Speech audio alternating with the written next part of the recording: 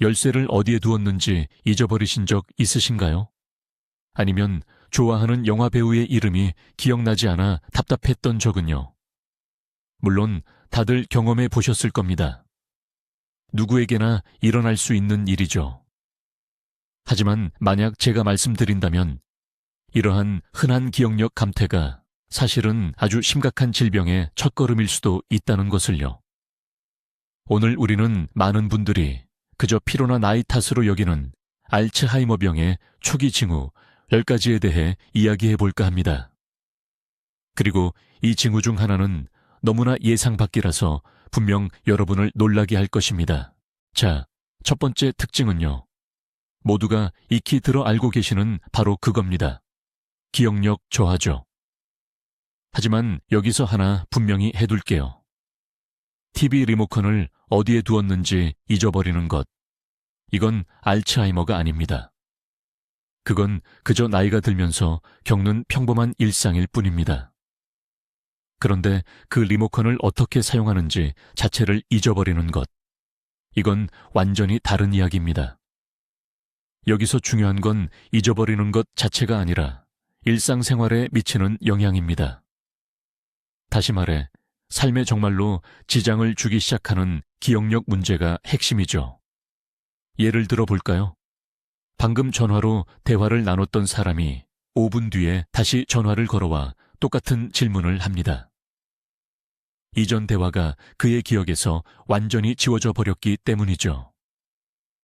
이것은 단순한 건망증이 아닙니다. 새로 생긴 정보가 체계적으로 지워져 버리는 현상입니다. 그는 중요한 기념일, 가족들의 생일, 심지어 불과 하루 전에 일어난 일들도 잊어버릴 수 있습니다. 마치 저장 기능이 고장난 컴퓨터와 같습니다. 모든 일이 당이 기억 속에만 머물다가 한번 재부팅, 다시 켜는 것만 하면 모두 사라져 버리는 거죠. 그리고 가장 교묘한 점은 이 단계에서 본인은 아직 이것을 숨기려고 애쓸 수 있다는 겁니다. 농담으로 넘기거나 메모를 이용하고 가족들의 도움에 의존하기도 합니다. 우리 가족들은 그런 모습을 보면서 나이 들면 다 그렇지. 그냥 피곤한가 보다 라고 생각하기 쉽죠. 솔직히 말씀드리면 뭔가가 잘못되었다고 의심하는 것보다 스트레스 탓으로 돌리는 게 훨씬 편하지 않나요? 하지만 바로 이러한 무관심이 병이 소리 없이 진행되도록 내버려 두는 것과 같습니다. 게다가 기억력과는 전혀 상관없는 훨씬 더 중요한 경고 신호들도 있다는 사실을 아셔야 합니다. 두 번째 징후는 흔히 건망증이나 피로 탓으로만 여기기 쉬운 것인데요. 바로 계획을 세우거나 문제를 해결하는데 어려움을 겪는 현상입니다. 평소 즐겨 하시던, 이제는 눈 감고도 할 수 있는 익숙한 요리 레시피를 떠올려 보세요.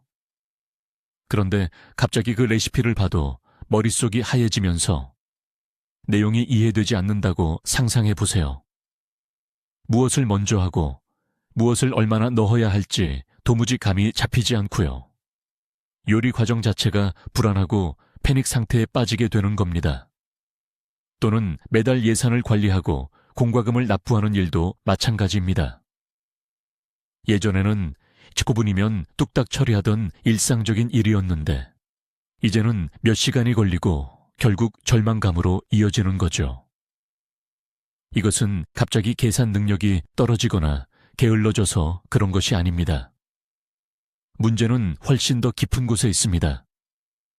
집중하는 능력과 여러 단계를 머릿속에 순서대로 유지하는 능력을 잃어버리는 것입니다. 뇌가 먼저 이것을 하고 그 다음 저것을 하고 마지막으로 이것으로 마무리한다는 식의 간단한 계획을 더 이상 세울 수 없게 되는 거죠.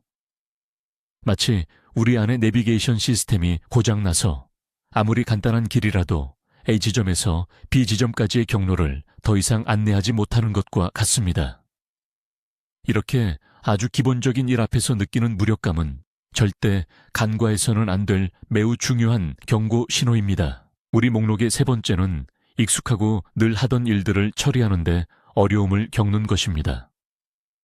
바로 이 지점에서 아, 그냥 좀 피곤해서 그런가 하는 가벼운 생각과 혹시 심각한 문제인가 하는 걱정 사이의 경계가 아주 모호해집니다. 예를 들어볼까요? 평생 한 번도 헤매지 않고 늘 같은 길로 출근했던 분이 어느 날 아침 문득 다음 교차로에서 어디로 좌회전해야 할지, 우회전해야 할지 헷갈리는 경험을 할 수 있습니다. 또는 세상에서 제일 맛있는 빵을 늘 구워주시던 어머니가 갑자기 오븐 켜는 방법을 기억하지 못하는 경우도 있습니다. 이것은 어려운 기술을 잊어버리는 것과는 다릅니다. 가장 기본적인 우리가 무의식적으로 해왔던 일들에 대한 이야기입니다. 예를 들어 지난 20년간 매주 토요일마다 즐겨 하던 보드게임 규칙을 잊어버리거나 수십 년 동안 써온 TV 리모컨 사용법을 갑자기 이해하지 못하는 것과 같은 상황 말이죠. 이것은 단순히 건망증이 아닙니다. 마치 뇌에서 어떤 행동에 대한 사용 설명서 파일 전체가 통째로 삭제된 것과 같습니다. 그리고 가장 무서운 것은 본인이 이런 상황에 처했을 때 엄청난 혼란과 함께 한없이 나약하고 불안한 감정을 느끼게 된다는 것입니다. 분명히 자신이 알고 있어야 할 일인데 머릿속에서 그 정보를 찾아낼 수 없는 상황인 거죠. 이런 상황은 수치심과 함께 자신의 무력함을 숨기려는 마음을 불러 일으킵니다. 이것은 결국 조기 진단을 더욱 어렵게 만드는 큰 걸림돌이 됩니다. 네 번째 특징으로 넘어가 볼까요? 이건 정말이지 무서운 이야기일 수 있습니다. 바로 시간과 공간에 대한 방향 감각을 잃는 거예요. 솔직히 말해서 우리 모두 살면서 한 번쯤은 잠에서 깨어 오늘이 무슨 요일인지 바로 떠올리지 못했던 적이 있을 겁니다. 명절 후에는 더 그렇죠. 하지만 지금 말씀드리는 건 그런 가벼운 상황이 아니에요. 이건 차원이 다른 문제랍니다. 상상해 보세요. 단순히 오늘이 며칠인지 헷갈리는 것을 넘어 계절 자체를 잊어버리는 겁니다. 한겨울 12월인데도 해변에 가겠다고 준비하면서 밖에 눈이 오는 이유를 전혀 이해하지 못하는 거죠. 시간의 흐름을 완전히 놓쳐버리는 거예요.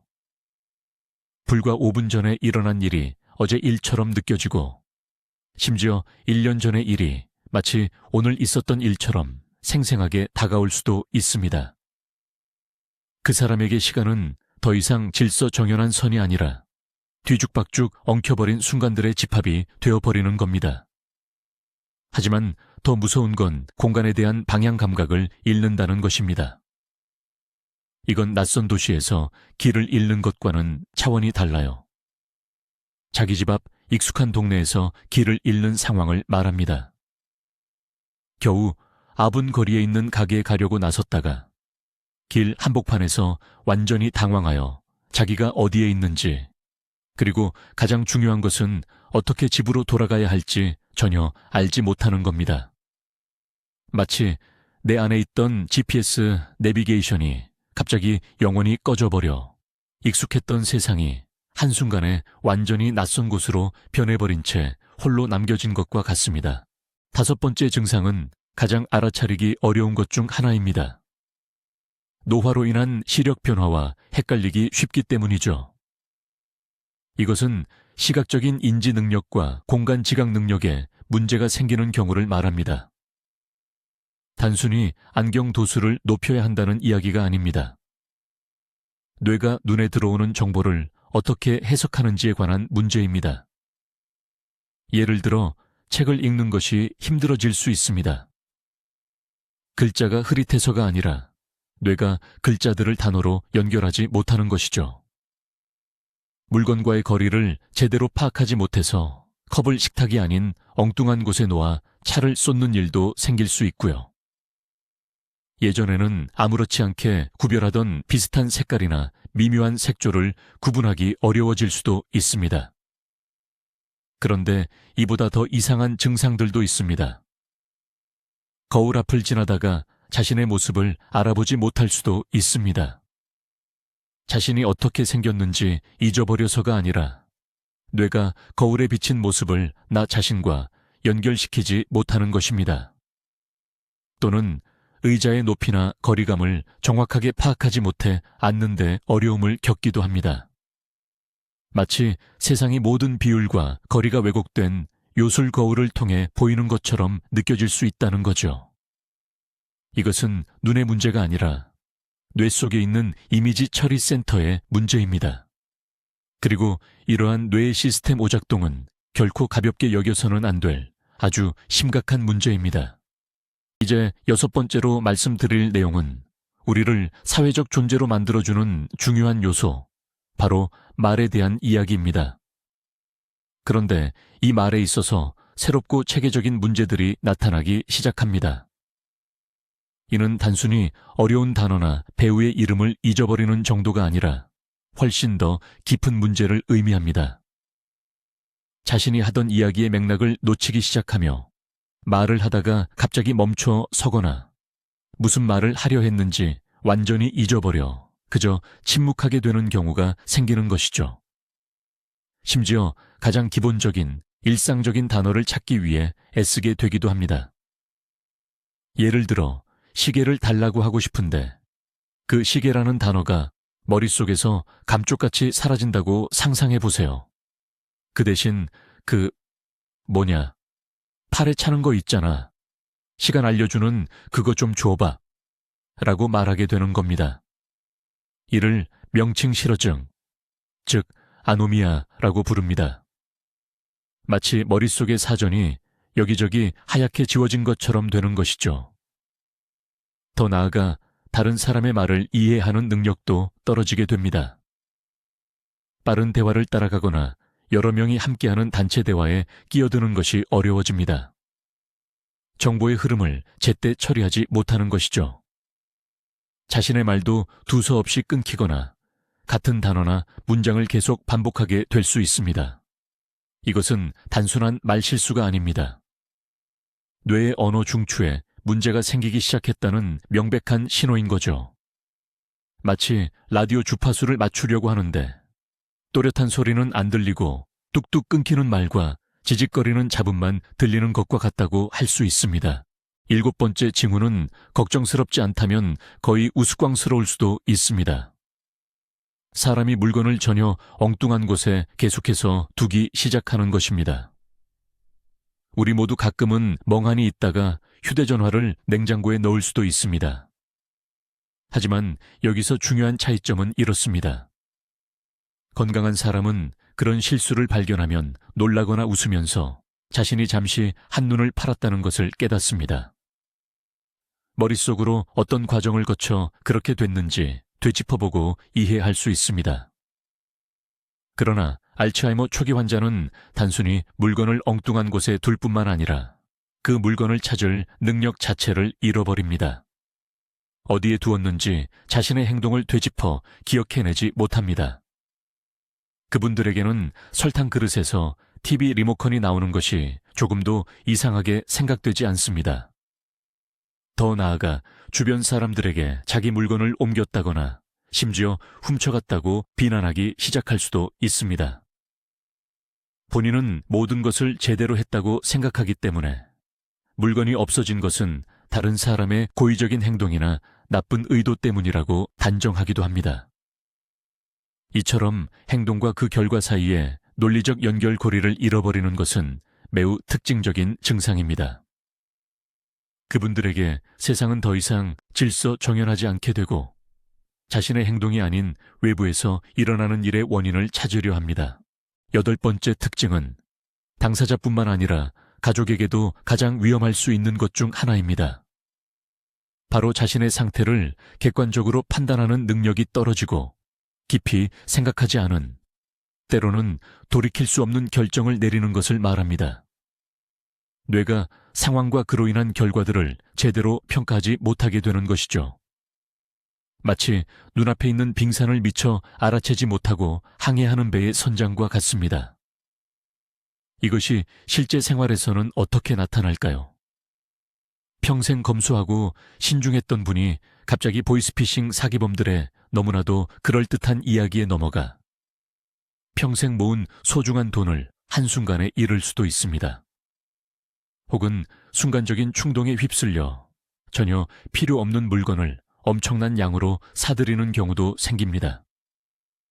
하지만 이러한 판단력 저하는 단순히 돈 문제에만 국한되지 않습니다. 일상생활에서도 여러 가지 형태로 드러나는데요.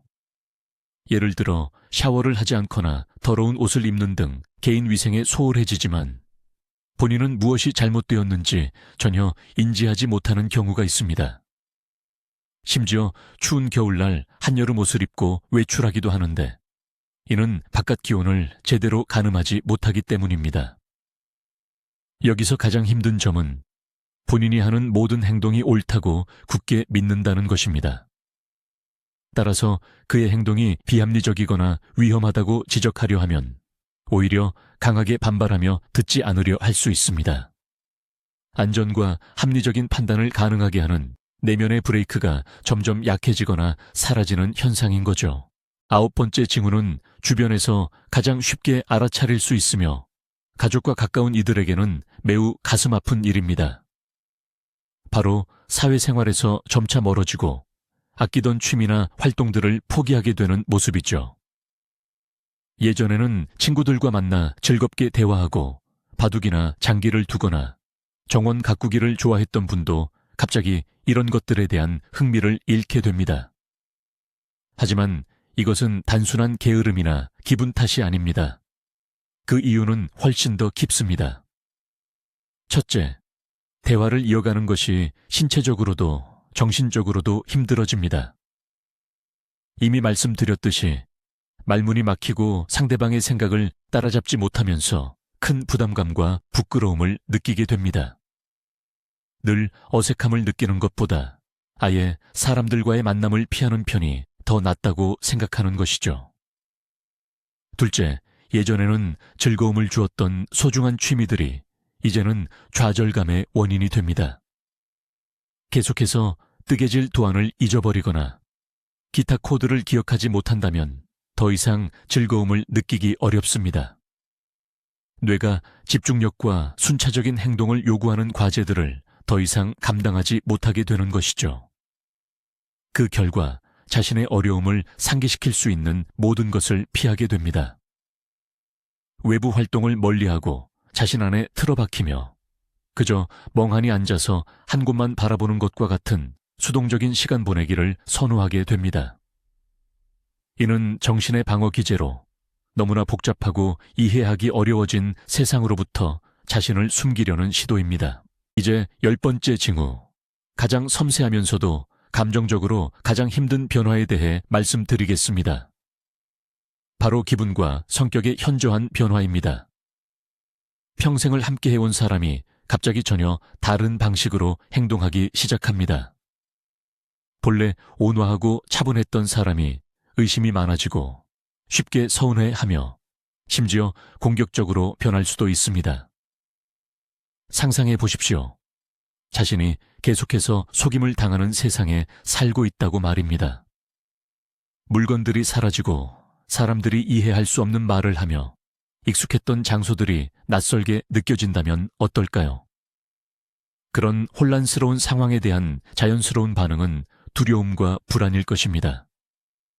이런 사람은 가까운 사람들을 의심하기 시작할 수 있습니다.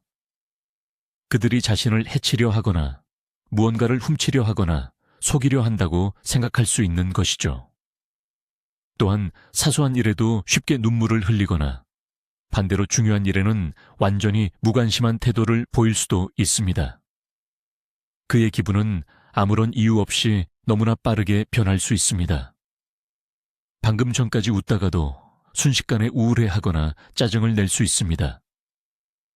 특히 낯선 환경에서는 크게 혼란스러워할 수도 있습니다. 이러한 변화는 단순히 성격이 나빠진 것이 아닙니다. 이것은 뇌에서 일어나는 화학적, 구조적 변화의 직접적인 결과입니다. 이것은 자신의 감정을 통제하지 못하고 주변 세상뿐만 아니라 자기 자신마저 이해하지 못하게 되는 한 사람의 절박한 도움 요청인 것입니다. 그런데 이 모든 것 중에서 정말 놀랍고도 두려운 점은 지난 일을 잊는 기억 상실이 아니라는 겁니다. 모든 사람이 간과하기 쉬운 가장 교활한 초기 징후는 바로 미래에 대한 흥미를 잃는 것입니다. 사람이 더 이상 계획을 세우지 않게 될 때 말입니다.